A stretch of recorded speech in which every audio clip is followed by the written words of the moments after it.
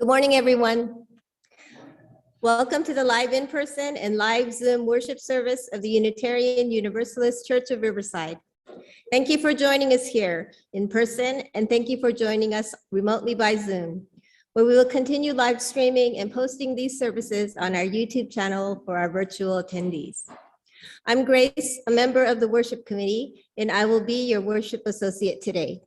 Other members of the worship committee you will hear from include Peck, who will be singing our hymns and also presenting the service today. We welcome you to join us this morning with an open mind and an open heart, and with muted electronic devices, please. Welcome to this morning, this day, and this opportunity to be together in community, which is a time of joy, comfort, and sometimes challenges. This is a place where we come to learn more about being human and how we can apply our values to encourage individual and collective growth. So welcome. We are glad that you are here with us today. Although our doors are open, the pandemic is not over. So while we are here, please keep your masks on and socially distance. We can speak in normal tones, but singing or chanting creates an increased risk of airborne exposure. So we ask you to refrain for the time being. We invite those of you in the sanctuary to sit back and enjoy listening to our songs. For those of you at home, sing your hearts out. And now I invite you to sit back and take a slow, deep breath as we move into the worship hour.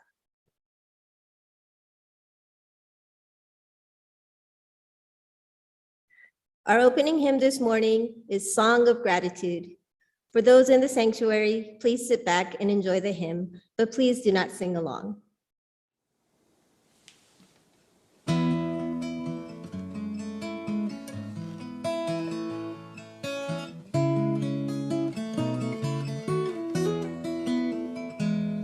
I'm grateful for the sun that shines. I'm grateful for the rain.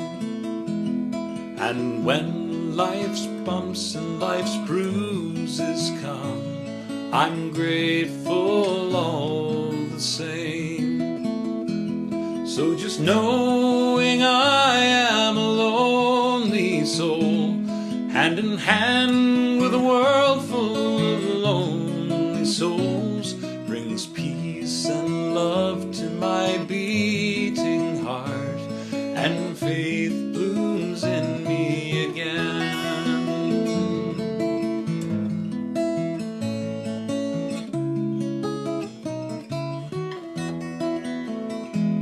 I'm grateful for music that I may hear.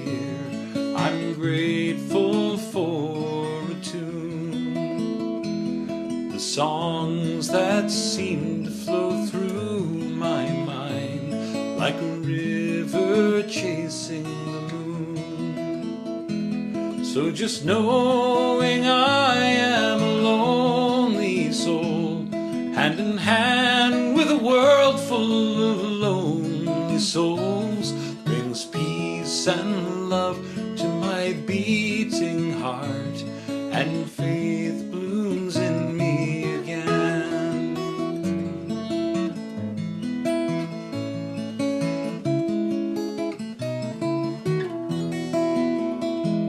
I'm grateful for a smiling face. I'm grateful to see you today. I'm grateful for nature around us all, and for feeling each joy and each pain. Somehow knowing we are all lonely souls, hand in hand with every lonely soul, brings peace and love to each beating heart, and faith blooms in us again. And what is this faith that I'm speaking of? It isn't in some old bearded man up above. It's music and poetry, beauty and love in all of us everywhere. It's music and poetry,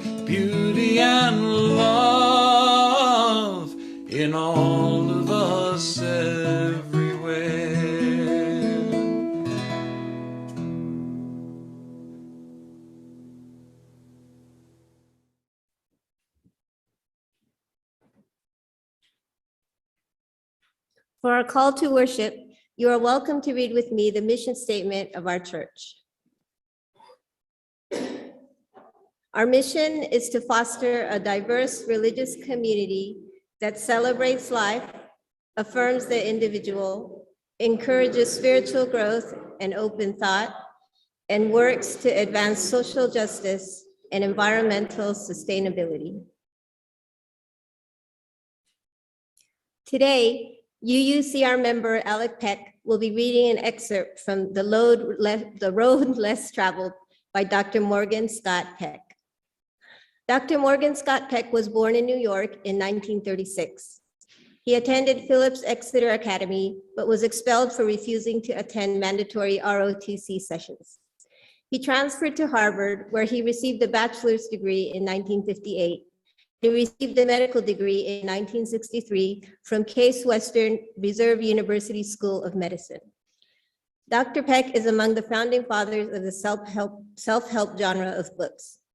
The Road Less Traveled, published in 1978, and its later companion volumes have sold more than 5 million copies in North America and have been translated into more than 20 languages. Life, even in 2022, can often be difficult. The spiritual journey is one built on the pain of confronting difficult challenges. In short, discipline is the practice of confronting spiritual challenges. But what exactly is self-discipline, and how can we actually apply it? M. Scott Peck claims that there are 4 elements of discipline: delay of gratification, acceptance of responsibility, dedication to truth, and balance. By embracing discipline, we can encourage spiritual growth within ourselves and each other. We have 2 lightings of sacred flames. The first is the occupied Indigenous peoples' remembrance candle. The second is the lighting of our own chalice, the symbol of our faith. We walk upon the traditional territories of diverse and sovereign peoples, the original people of this land, who continue to cry out for justice and self-determination. This spot we occupy was first a sacred space of several groups of Indigenous peoples, including the Cahuilla, the Cupeño, and the Serrano. We, the Universalist Unitarian Church of Riverside, light this sacred flame as the stewards of this sacred and holy place. We are blessed with a space and opportunity to strive to live out our common principles, to bring justice, equity, and compassion into our daily lives, to resist all that threatens the earth and her people, and to be part of a world community with peace, liberty, and justice for all. Let these thoughts carry us forth as we journey and worship together.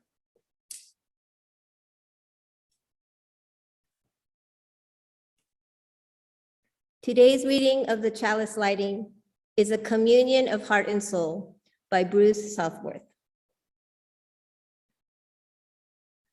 For the gift of this day and for our community of spiritual nurture and compassion, we give thanks.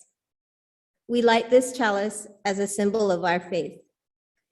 May our many sparks meet and merge in communion of heart and soul. Thank you, Bill.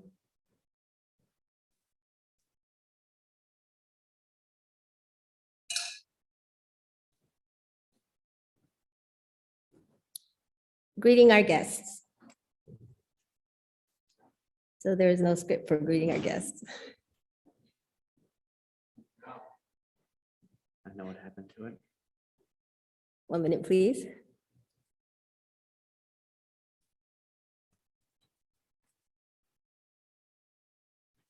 Okay. So we have a tradition here at UUCR to welcome those who are visitors or perhaps returning after some time away. We know it can be uncomfortable to stand up and speak in front of others, and so I will now ask for a volunteer for someone who has been here for a while to tell us your name and how you found out about our church. We ask you to come up and step close to the mic and speak into it directly and clearly so everyone can hear. Do we have any volunteers today? Bill?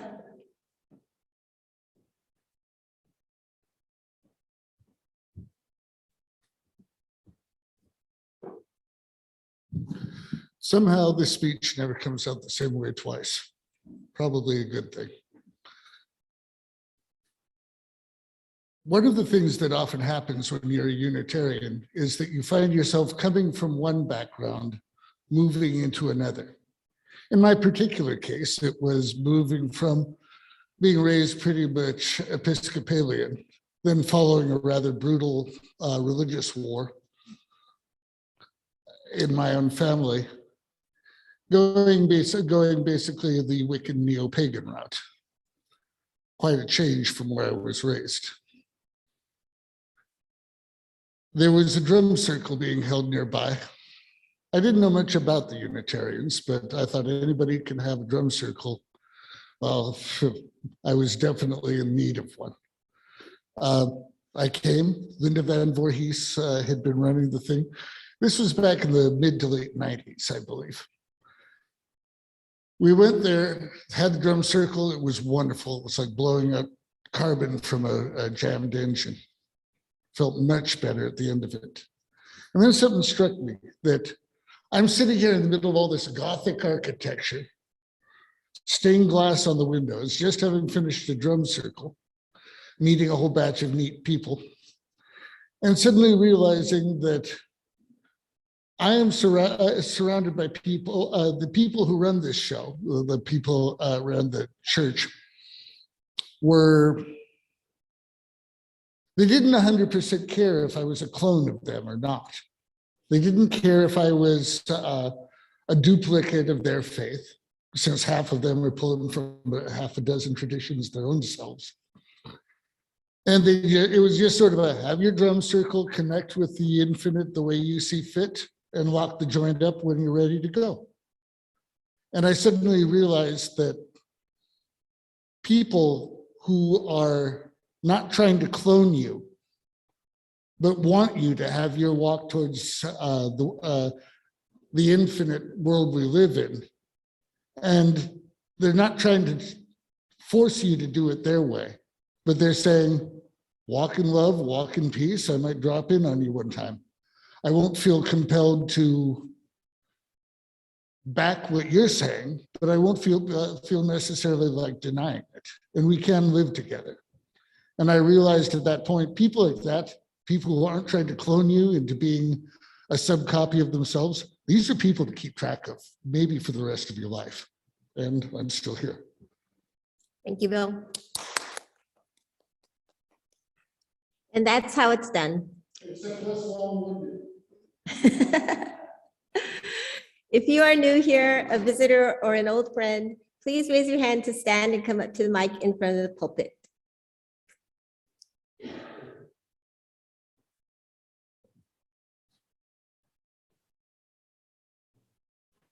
Welcome. I'm Mark French. My wife Amy and I are here in the area for about 4 months. I'm here on a temporary assignment. We're members of the Unitarian Church in West Lafayette, Indiana. And we've been there for 18 years now, I think. Wow. And previously members of Unitarian churches in Michigan and Ohio. Well, we're happy to have you here. Thank you for looking us up.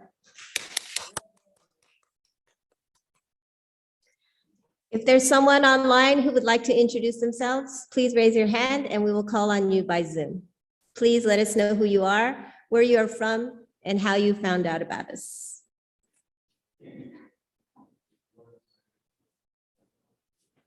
Okay.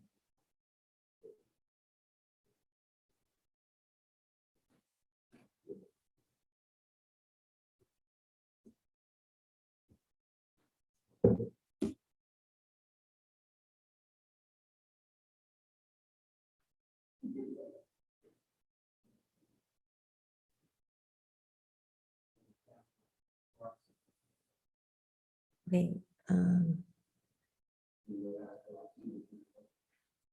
Roxy, are you there with us on Zoom? Yes, can you hear me? Yes, welcome. Hi, I'm Roxy West, and this is my first time being with you guys. I used to go to a Unitarian church when I lived in Orange County, And now I live up the hill and I'm just kind of finding where my spiritual home is. And I'm really excited about everything you guys have said so far. And I'm really happy to be a part of. And I found out you guys, I just Googled you on my telephone. So that's how I found out about it. Thank you. Thank you, Roxy. Good to have you here.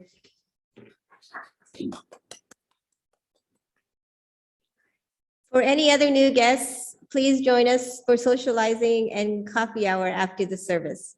At this point, I'd like to mention our coffee hour is held outside because of the COVID restrictions. So after the service, if you'd like to go outside and chat, that would be great.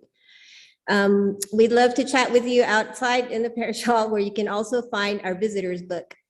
Please leave your name before you leave so that we know you were here, and leave your contact information if you'd like to know more about our upcoming events.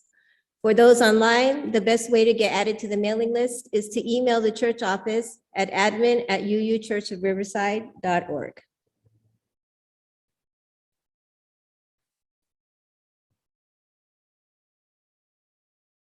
Now there are a few announcements that we'd like to share. During the service, we will mention several websites, email addresses, and phone numbers. At the end of the service, we will leave up a slide with all of this information, and it is also available on our website.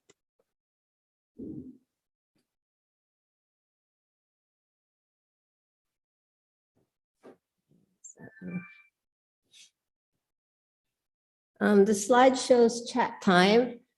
Hold on one second, let me find it.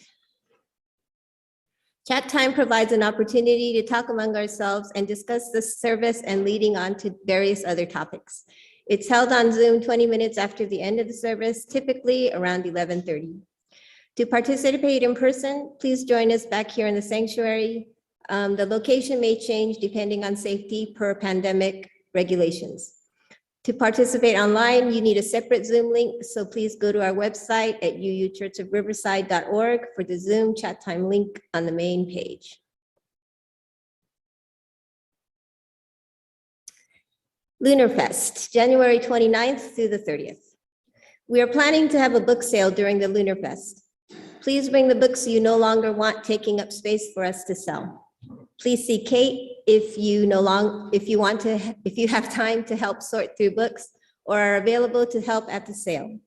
The sale will begin at 11 a.m. on Saturday and 12 on Sunday, and then we will close at 5 p.m. The next supper club will be on January 15th at Le Rendezvous in Colton at 6:30 p.m. Please see Pat to add your name to the reservation. Finally, Church Council will meet next Saturday at 9 a.m. in the annex. Our hymn now is We'll Build a Land. If you are in the sanctuary, I invite you to sit back, close your eyes, and listen.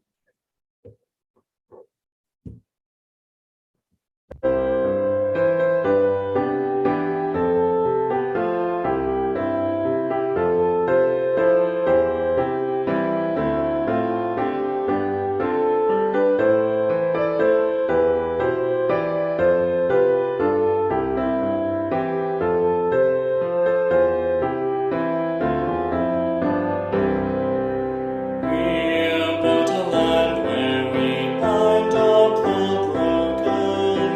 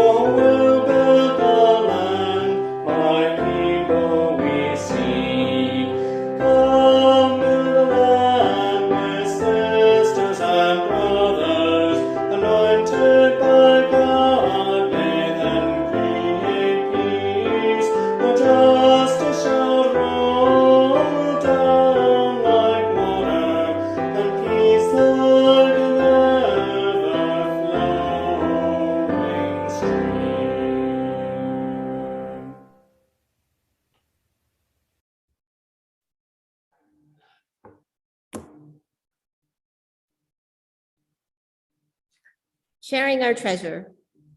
This portion of our service is to support our beloved historical church. This can be accomplished in many ways. In addition to the weekly collection, you may send your checks to the church address, which is shown here. You may also contribute by PayPal using the QR code, which is on the church website and also in the newsletter. Stater Brothers Market gives our church a rebate on Stater grocery cards, which we will have in the church each Sunday. You get the full value, and the church also receives a percentage. Amazon cards are also available.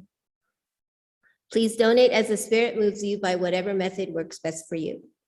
Thank you for your generosity. And to those who give of their time and their talent, thank you for your generous care and attention. Will our ushers now please come forward to receive the collection?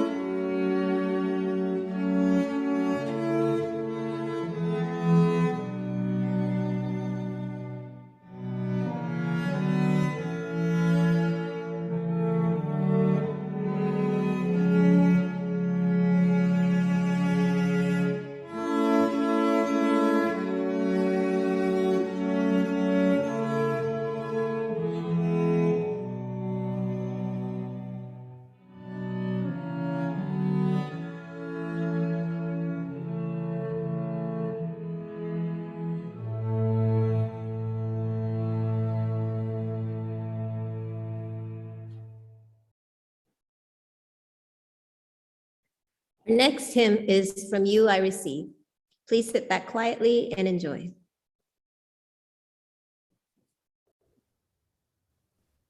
From you I receive, to you I give, together we share, from this we live. From you I receive, to you I give, together we share, from this we live. From you I receive.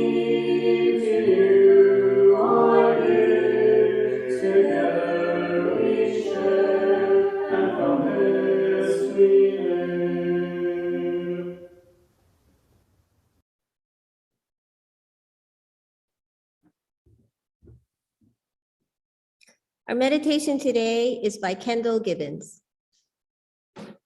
The time is now, the place is here, the good we know, the earth we share.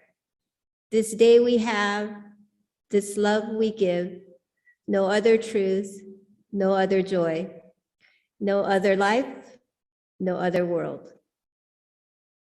Now let us pause for a moment of silence.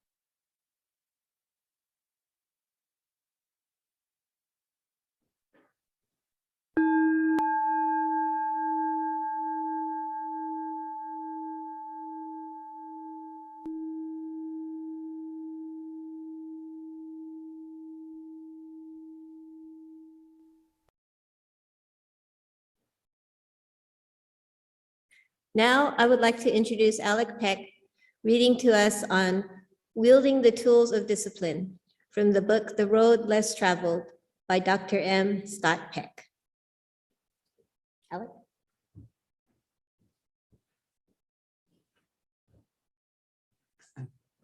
Thank you, Grace. So last month, I read a few selections from the first chapter of M. Scott's book. And the first chapter is titled Discipline. And we heard about the 4 basic building blocks of discipline: delay of gratification, acceptance of responsibility, dedication to reality, and balance. Not particularly tricky concepts, but ones that are surprisingly difficult to truly internalize. And the sections that we're reading today discuss some of the ways that we see discipline manifest in practice. I really enjoyed this book the first time I read it when I was a UU coming of age. And each time I do, each section still seems somehow relevant to some part of my life.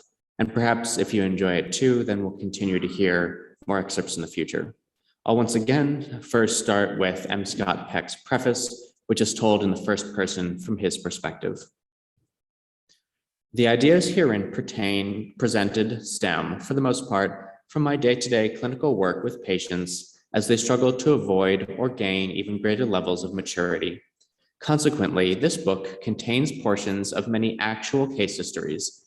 Confidentiality is essential to psychiatric practice, and all case descriptions, therefore, have been altered in name and in other particulars so as to preserve the anonymity of the patients without distorting the essential reality of our experience with each other. As a psychiatrist, I feel that it's important to mention at the outset 2 assumptions that underlie this book.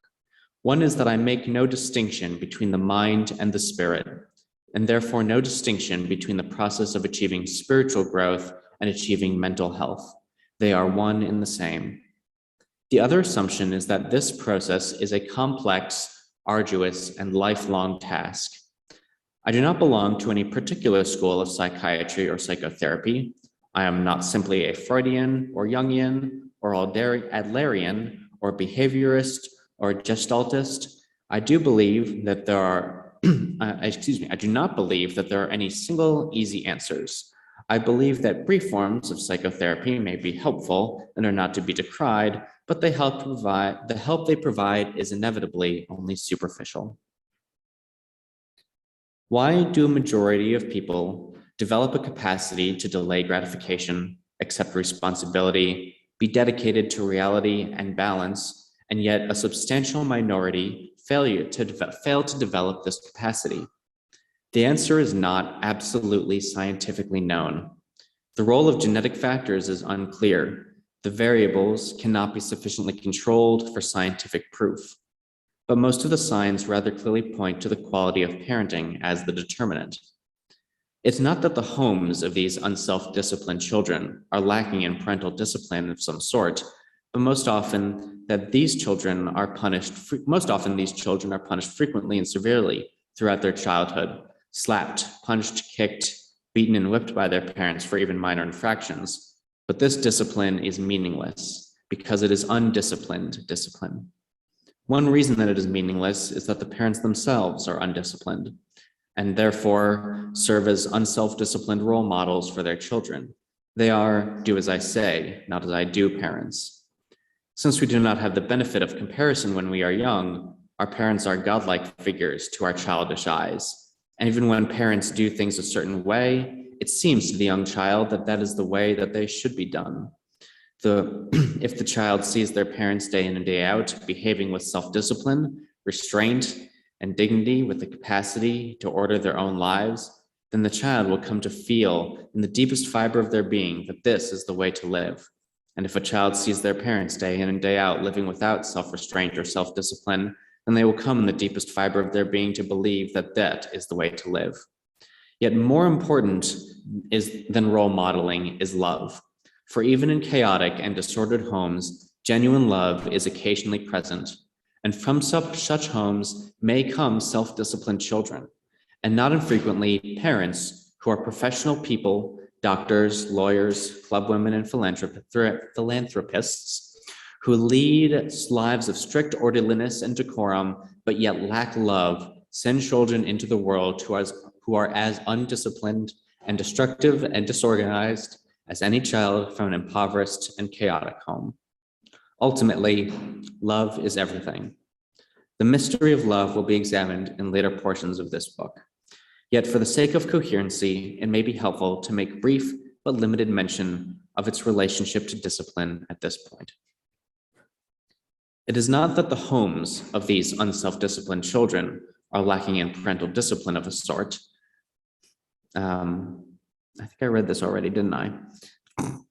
Let's skip that. We don't need to read that again. When we love something, it is of value to us. And when something is of value to us, we spend our time with it. We spend time enjoying it and time taking care of it. Observe a teenager in love with his car and note the time he will spend admiring it, polishing it, repairing it, tuning it, or an old person with their beloved rose garden and the time spent pruning and mulching and fertilizing and studying it. And so it is when we love children. We spend time admiring and caring for them, and we give them our time. Problem solving and time. At the age of 37, I learned how to fix things. Prior to that time, almost all of my attempts to make minor plumbing repairs, mend toys, or assemble box furniture according to the accompanying hieroglyphic instruction sheets ended in confusion, failure, and frustration. Despite having managed to make it through medical school and support a family and as a more or less successful executive and psychiatrist, I considered myself to be a mechanical idiot. I was convinced that I was deficient in some gene or by curse of nature, lacking in some mystical quality responsible for my mechanical ability. Then one day at the end of my 37th year, while taking a spring Sunday walk, I happened upon a neighbor in the process of repairing a lawnmower. After greeting him, I remarked, "Boy, I sure admire you. I've never been able to fix things or do those kinds of things or anything like that." My neighbor, without a moment's hesitation, shot back, "That's because you don't take the time." I resumed my walk, somehow disquieted by the guru-like simplicity, spontaneity, and definitiveness of his response. "You don't suppose he could be right, do you?" I asked myself. Yet somehow it registered, and the next time the opportunity presented itself to make a minor repair, I was able to remind myself to take the time. The parking brake was stuck on a patient's car, and she knew that there was something that someone could do under the dashboard to release it, but she didn't know what. I lay down on the floor below the front seat of her car. I looked for several minutes, and at first all I saw was a confusing jumble of wires, tubes, and rods whose meaning I did not know. But gradually, in no hurry, I was able to focus my sight on the brake apparatus and then trace its course. I slowly studied this latch until it became clear that if I were to push upward on the tip of my finger, with the tip of my finger, it would move easily and would release the brake. And so I did this. One single motion, one single ounce of pressure from a fingertip, and the problem was solved. I was a master mechanic. Actually, I don't begin to have the knowledge or the time to gain the knowledge to be able to fix most mechanical failures, given the fact that I choose to concentrate my time on non-mechanical matters. And so I usually go running to the nearest repairman. But now I know that that is a choice that I make, and I am not cursed or genetically defective or otherwise incapable or impotent. And I know that anyone else is not and I know that I and anyone else who is not mentally defective can solve any problem if they are willing to take the time. The issue is important because many people simply do not take the time necessary to solve many of life's intellectual, social, or spiritual problems, just as I did not take the time to solve mechanical problems.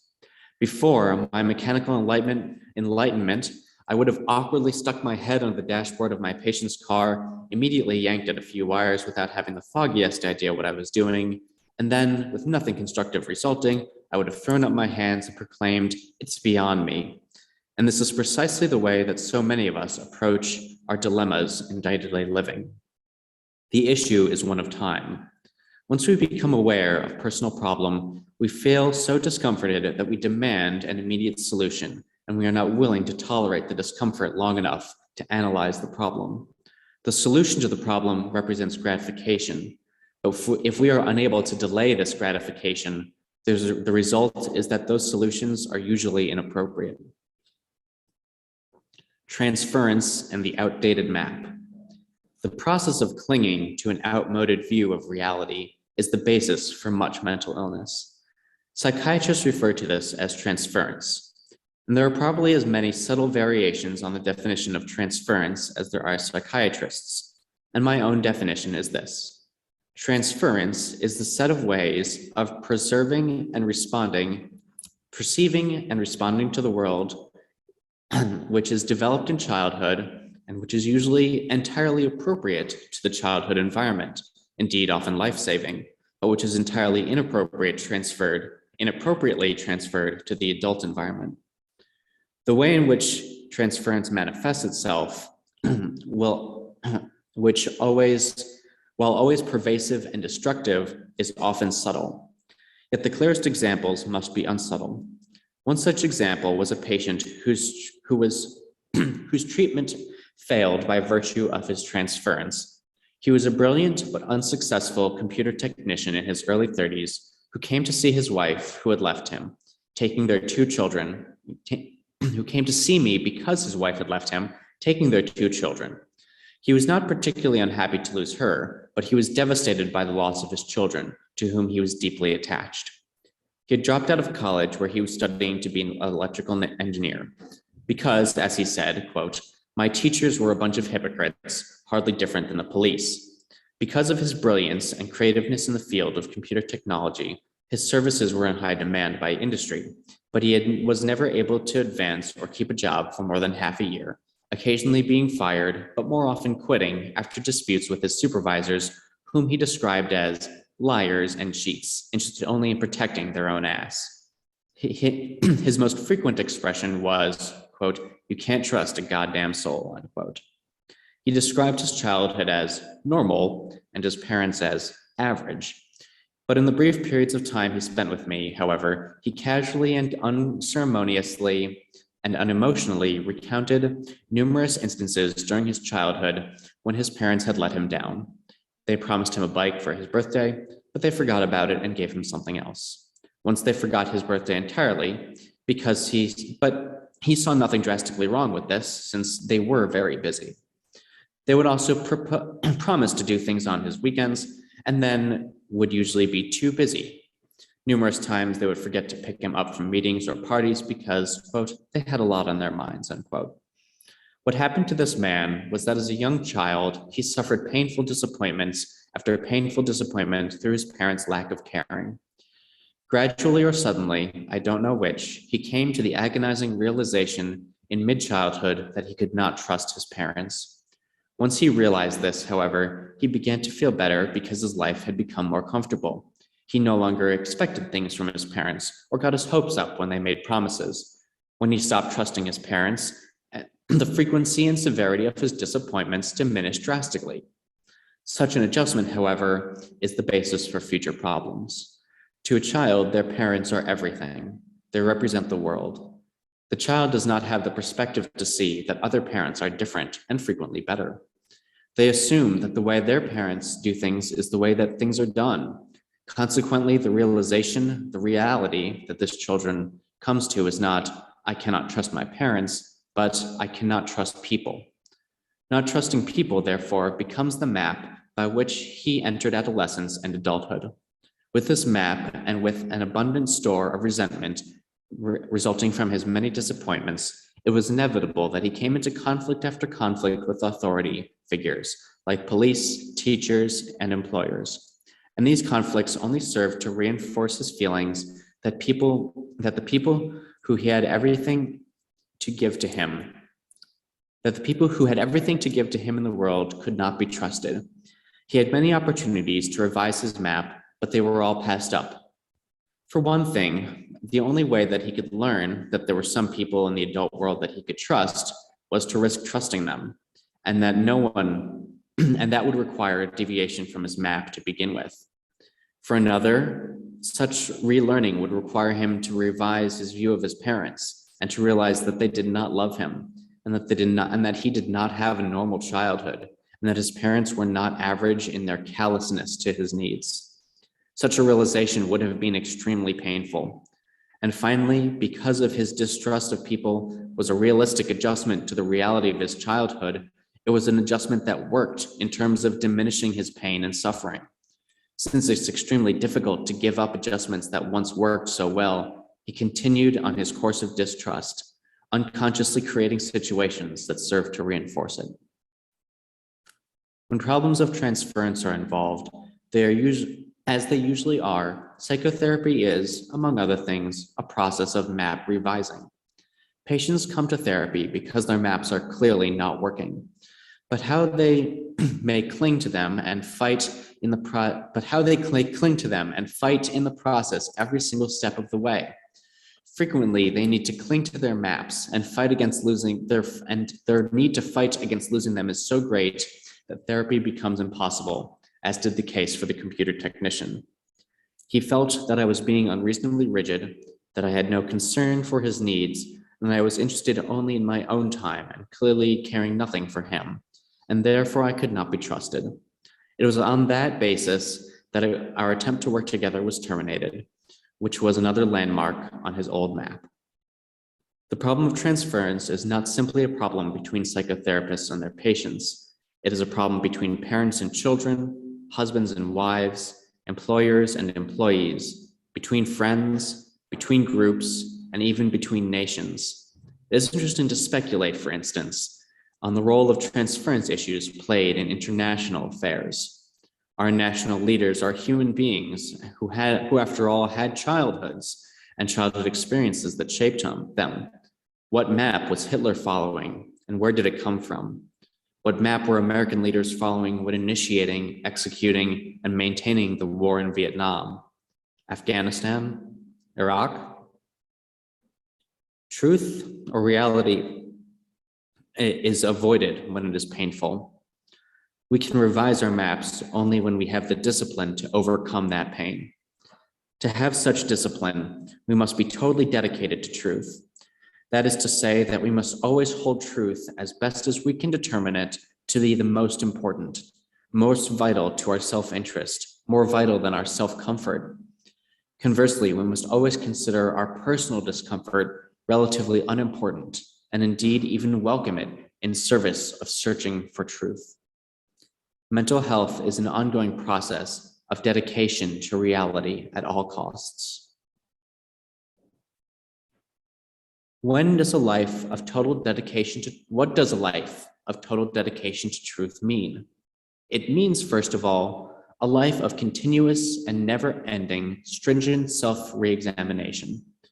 We know the world only through our relationship to it, and therefore, to know the world, we must not only examine it, but we must simultaneously examine the examiner. The life of wisdom must be a life of contemplation combined with action. In the past of American culture, contemplation has not been held in high regard. In the 1950s, people labeled Adlai Stevenson an egghead and believed that he would not make a good president precisely because he was a contemplative man given in to deep thinking and self-doubts. I have heard parents tell their adolescent children in all seriousness, "You think too much."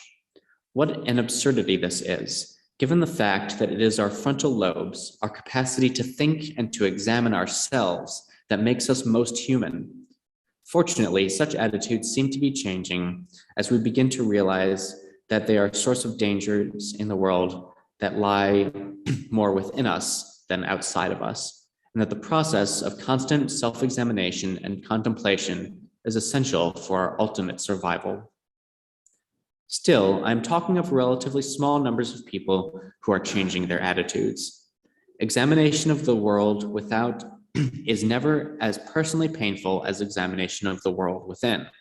And it is certainly because of the pain involved in a life of genuine self-examination, the majority steer away from it. Yet when one is dedicated to the truth, this pain seems relatively unimportant and less important, and therefore less and less painful, the farther one proceeds on the path of self-examination. A life of total dedication to truth also means a life of willingness to be personally challenged. The only way that we can be certain of our maps of reality, that our map of reality is valid, is to expose it to the criticism and challenge of other map makers. Otherwise, we live in a closed system without a bell jar, to use Sylvia Plath's analogy, rebreathing our own fetid air, and more subject to delusions. Yet because of the pain inherent to the process of revising our map of reality, one must seek to avoid or ward off any challenges to its validity. Not only individuals, but also organizations are notorious for protecting themselves against challenge. I was once directed by the Chief Staff of the Army to prepare an analysis for the psychological causes of the My Lai atrocities and their subsequent cover-up, with recommendations for research that might prevent such behaviors in the future. The recommendations, though, were disapproved by the Army General Staff on the basis that the research recommended could not be kept secret. Quote, "The existence of such research might open us up to further challenge. The President and the Army don't need more challenges at this time," unquote, I was told. Thus, an analysis of the reasons for an incident that was covered up was itself covered up. Such behavior is not limited to the military or to the White House. To the contrary, it is common in Congress, other federal agencies, corporations, even universities and charitable organizations. In short, all human organizations. Just as it is necessary for individuals to accept and even welcome challenges to their map of reality and modus operandi, if they are to grow in wisdom and effectiveness, so it is also necessary for organizations to accept and welcome challenges if they are to be viable and progressive institutions. For individuals and organizations to be open to challenge, it is necessary that their maps of reality be truly open for inspection by the public. More than press conferences are required. The third thing that a total life of dedication to truth means, therefore, is a life of total honesty. It means a continuous and never-ending process of self-monitoring to assure that our communications, not only the words that we say, but also the way that we say them, invariably reflect as accurately as humanly possible the truth or reality as we know it. Such honesty does not come painlessly. The reason people lie is to avoid the pain of challenges and their consequences. President Trump's lying about the 2020 election is no more sophisticated or different in kind than that of a 4-year-old who lies to their mother about how a lamp happened to fall off the table and get broken. Insofar as the nature of the challenge is legitimate, and it usually is, lying is an attempt to circumvent legitimate suffering and hence is productive of mental illness. The concept of circumvention raises the issue of shortcutting. It is right and proper that we should avail ourselves of any legitimate shortcut to personal growth. The key word, however, is legitimate. Human beings have almost always had a tendency to ignore legitimate shortcuts as they do to search out illegitimate ones. It is, for instance, a legitimate shortcut to study a synopsis of a book instead of reading the original book in its entirety in preparation for an examination for a degree. If the synopsis is a good one and the material is absorbed and the essential knowledge can be obtained in a manner that saves considerable time and effort, cheating, however, is not a legitimate shortcut. It may save even greater amounts of time if successfully executed, and may gain the cheater a passing mark on the exam and the coveted degree, but the essential knowledge has not been obtained, and therefore the degree is a lie, a misrepresentation. Insofar as the degree becomes a basis for life, the cheater's life becomes a lie and a misrepresentation, and is often devoted to protecting and preserving that lie. I mentioned that during the process of giving up my desire to always win, I was depressed. This is because the feeling associated with giving up something, loved, or at least something that is a part of ourselves and familiar, is depression. Since mentally healthy human beings must grow, and since giving up or loss of the old self is an integral part of the process of mental and spiritual growth, depression is a normal and basically healthy phenomenon. It becomes abnormal or unhealthy only when something interferes with the giving up process, with the result is that the depression is prolonged and cannot be resolved by completion of the process. A leading reason for people to think about seeking psychiatric attention is depression. In other words, Patients are frequently already involved in a giving up or growth process before considering psychotherapy, and it is the symptoms of this growth process that impel them towards the therapist's office. The therapist's job, therefore, is to help the patient complete the growth process that they have already begun. This is not to say that the patients are often aware of what is happening to them. To the contrary, frequently they desire only relief from the symptoms of their depression, so that things can be as they used to be. They do not know that things can no longer be the way they used to be. But the unconscious knows. It is precisely because the unconscious in its wisdom knows that the way things used to be is no longer tenable or constructive that the process of growing and giving up has begun on an unconscious level and depression is experienced.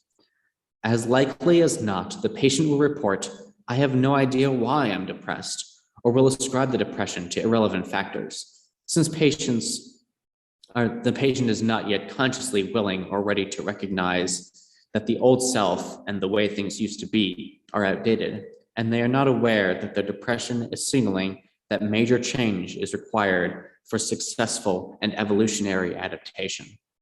The fact that the unconscious is one step ahead of the conscious may seem strange to lay readers. It is, however, a fact that applies not only in this specific instance, but so greatly that it is a basic principle of mental functioning. It will be discussed in greater depth in the concluding sections of this book. We have all heard of the midlife crisis, and actually, this is just one of many crises or critical stages of development in life, as Erik Erikson taught us 30 years ago. That would be probably more like 80 years ago now. I think this was written quite a while ago.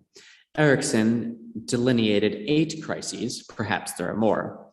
And what makes crises of these transitional periods in the life cycle, that is problematic and painful, is that in successfully working out the way that we must give up the cherished notions of the old ways of doing and looking at things.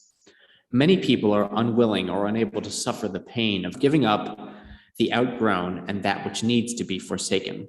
Consequently, they cling, often forever, to their old patterns of thinking and behavior, and thus failing to negotiate any crisis, to truly grow up, and to experience the joyful sense of rebirth that accompanies the successful transition into greater maturity. Although an entire book could be written about each one, let me end by simply list, roughly in order of their occurrence, some of the major conditions, desires, and attitudes that must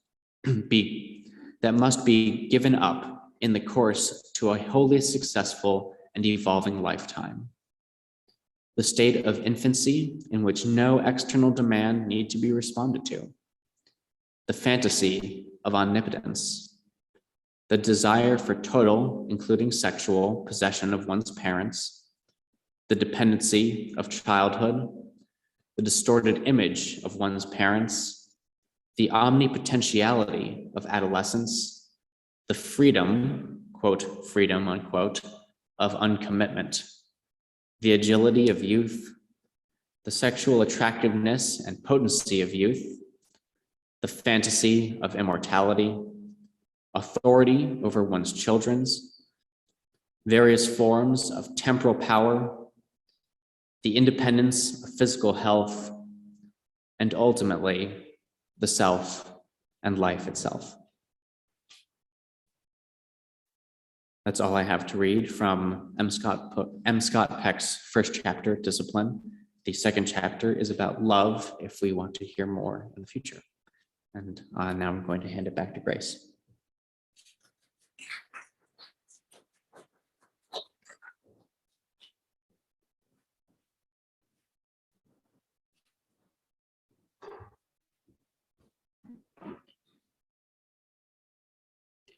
Thank you, Alec. That was fascinating.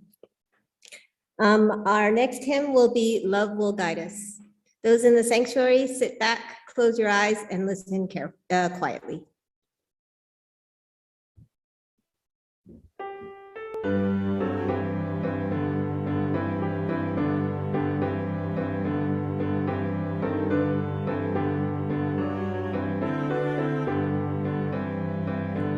Love will guide us, peace has guide us, hope inside us will lead the way on the road from greed to giving. Love will guide us through the hard night.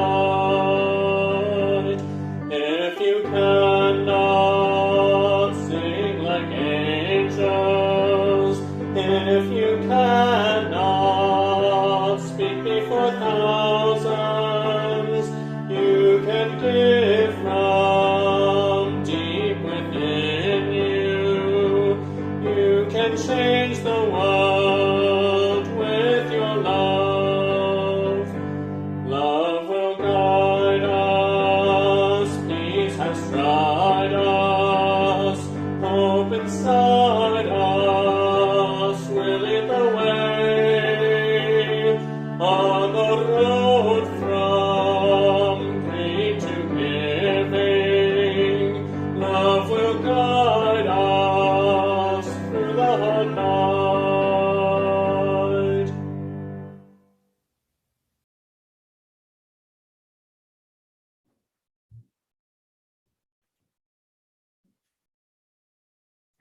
Spirit of all blessing, be with us in the ordinariness of our days. May hope's light guard us and keep cynicism from our hearts. May the energy of laughter build endurance for the dark times of our lives. May creativity's vision grant the possibility of seeing old relationships with new eyes. May the oil of healing keep us from anger's hardness or despair. May the mantle of humility give courage to admit when we are wrong. May compassion's loom weave in us the discipline to forgive. May patience help us bear in mind that ours is not the only scale of time. May the flame of justice be a beacon for the choices we must make. May peace be ever in us and sustain our stressful days. Spirit of all blessing, be with us in the ordinariness of our days. Namaste, amen, and blessed be.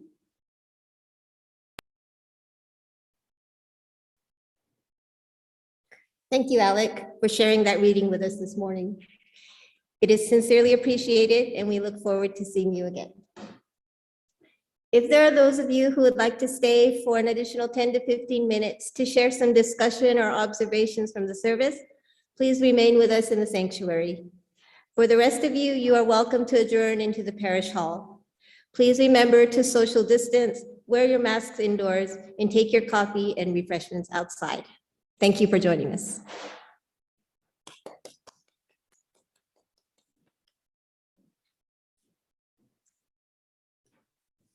So do we have some comments or observations that we'd like to share from the service today?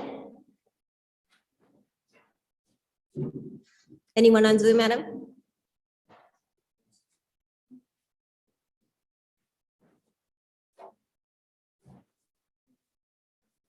Pat?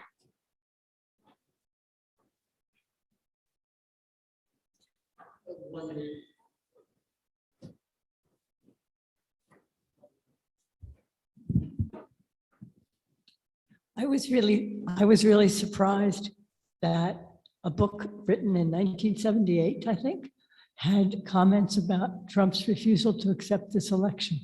I may have changed that sentence. Yeah, that sentence originally, luckily, I only had to change, I think, 3 or 4 words because the sentence originally read, President Nixon's lying about the Watergate scandal. And so, I just had to cross out Nixon and put Trump, cross out Watergate and put 2020 election, and I was done. Yes, it was originally a Nixon reference. Thanks for catching that, Pat. Keep me honest. Just wondering, when they talk about the transference,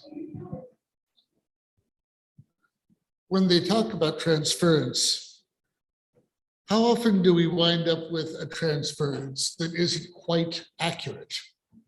For example, you mentioned, of course, the one guy who had wounds in him from his parents that he aimed at most of the other authority figures in his life. What about the people who are trying, maybe they're trying hard not to be officially racist, but they end up looking at, are there people out there who are trying to avoid racism by simply saying, numbers wise, I cannot accept this particular wrong as being anything that is the system's fault, and it's more basically your fault as a parent, when the system could in fact help out? Yeah, and if you don't mind me responding to your question, I think one other way of what you're asking me is, how often are our maps of reality correct? How often do we know is the way that I'm thinking about other people the way that it should be? How do I know that I'm not currently being racist or something else bad, or that I don't understand how people really think and how I should really teach my children and how I should raise them in the world, which I intend on doing one day.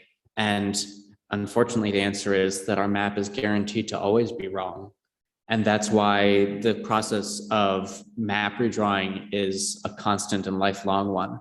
That's why we always have to be paying attention to when our map needs to be revised. So is that once every 5 years, it's more rechecks than that? Maybe, I mean, perhaps, the New Year's resolutions is nice, but I like to think that I'm resolved at all times of the year to change what needs to be changed. And that at no time, at any time in my life, on any day, I feel like I need to be ready to accept that my map is wrong. And that is, as we said today, an inherently painful process of having to admit that you did not understand the world correctly.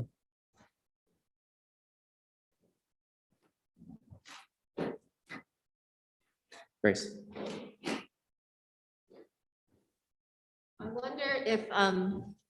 wonder if that's the reason why people turn to religion, because they want something more stable than their own knowledge. And many religions hold out the hope or the offer that they have something beyond our human reasoning. I wonder if that's what it is. Yeah, yes, similar to the electrician who learned not to trust people. If you learn not to trust yourself, then you will not feel like you can trust the morality that you feel in your heart. And you may need someone, you may need a church to guide you on that way, or to reassure you that those things that you feel in your heart are valid, and that the way that you want to live your life is a righteous one.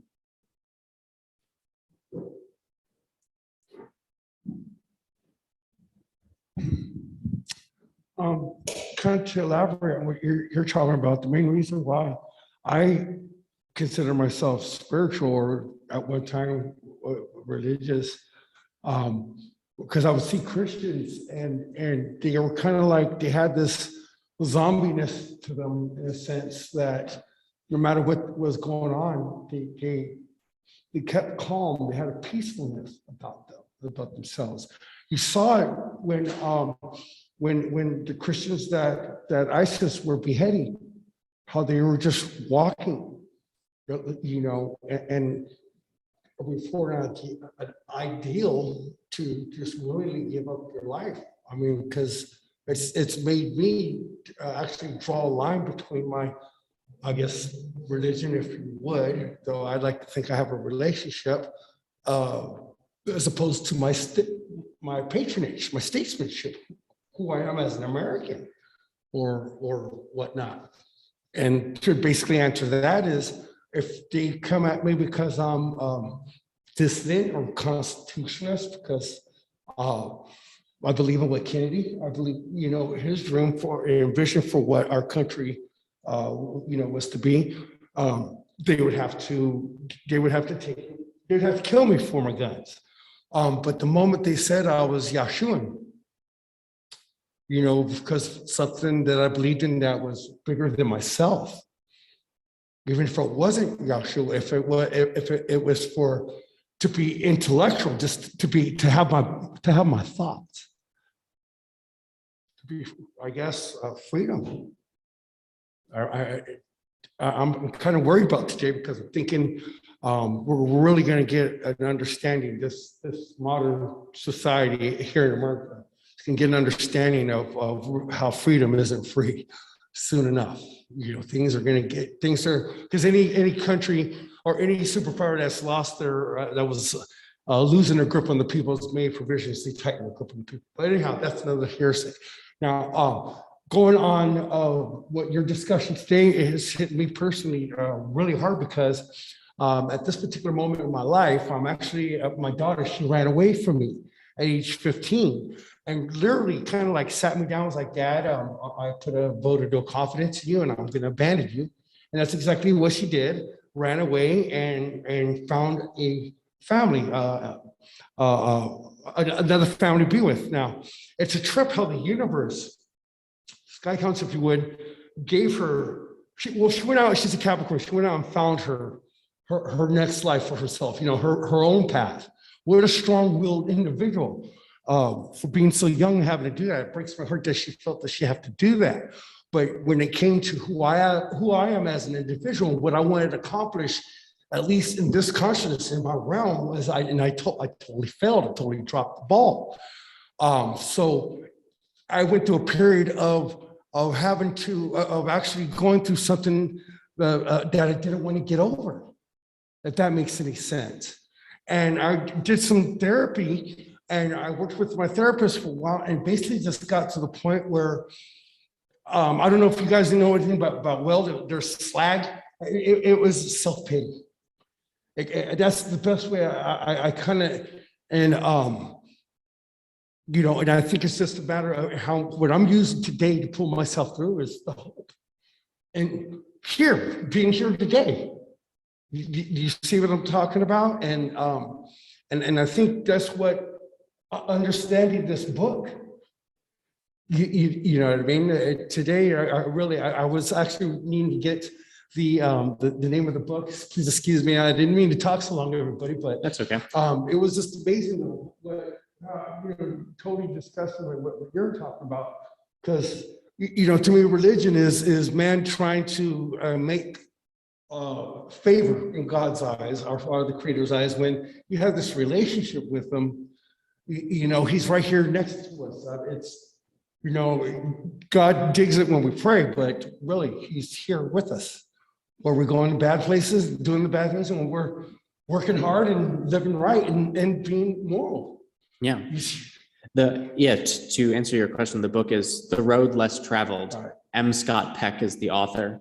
And he wrote the original, the book that, the chapters that I've been reading, he wrote that when he considered to be himself agnostic, but actually shortly, sometime after writing The Road Less Traveled, he converted to Christianity. And he wrote a follow-up about how his spiritual journey, essentially finding that he felt that he wanted to have, once he became comfortable with himself and where he was on his spiritual journey, that allowed him to open himself up to God, in his words. Okay, well, I've already been opened up to God on that sense, but I totally dig that. Thank you very much. Thank you. Do we have one last question before we break for our coffee hour?